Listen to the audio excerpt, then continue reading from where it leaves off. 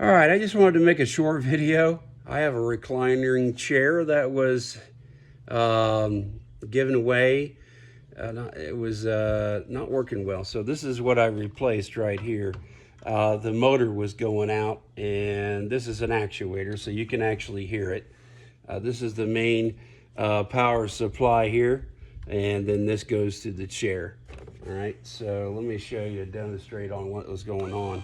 So that would actually be going up, and this is going down. So it started making that clicking noise, so I figured we would go ahead and get a new one. They have a brand, and it's the exact same model number, but it's Limoss, L-I-M-O-S-S,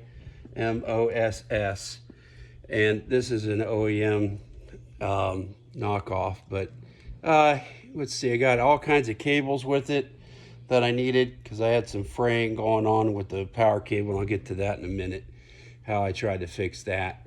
So we're going to plug this back in. Let's see here, get these wires there. Now this part right here, it doesn't do much because there's not another set of nipples on the other side, okay, that are sticking out here, these plastic nipples. All right, so it's not going to actually latch. So I mean, you could probably take this off if you wanted to, because it's kind of pointless, and then go ahead and tape it with some electrical tape, which is, you know what, I'm probably going to do that since that's pretty much useless. So we're going to go ahead and just go with that, and then we'll wrap it with some electrical tape so it doesn't come off, because that was not going to do anything anyhow.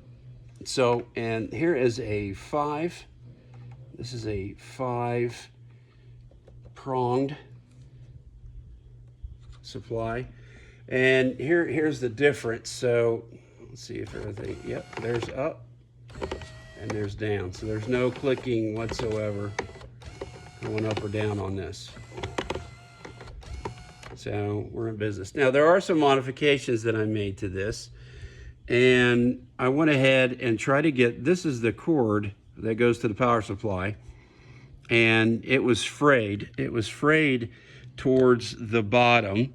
So what I did is I went ahead and tried to keep it out of the way of these metal racks, okay, that actually are on the, well, these are on the floor, these 4 points.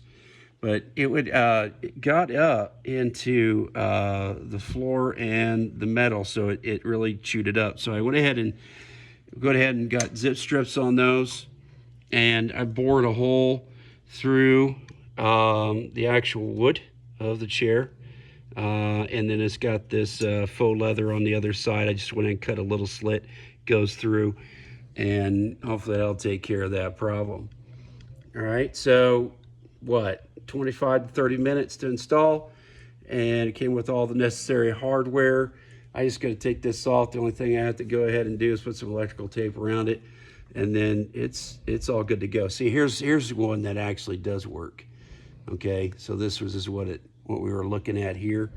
So those latches, okay, so it does actually have something to come down here, and it latches. Okay, so that one's functional. I don't have to worry about that one. But whoever designed this part right here on the motor, yeah, not too good. All right, I'm just kind of saying. But we'll wrap that.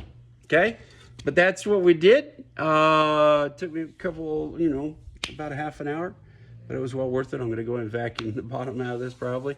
But that's it. Thought I'd share that with you guys if anybody else runs into this problem. It's an easy fix. Have a great day.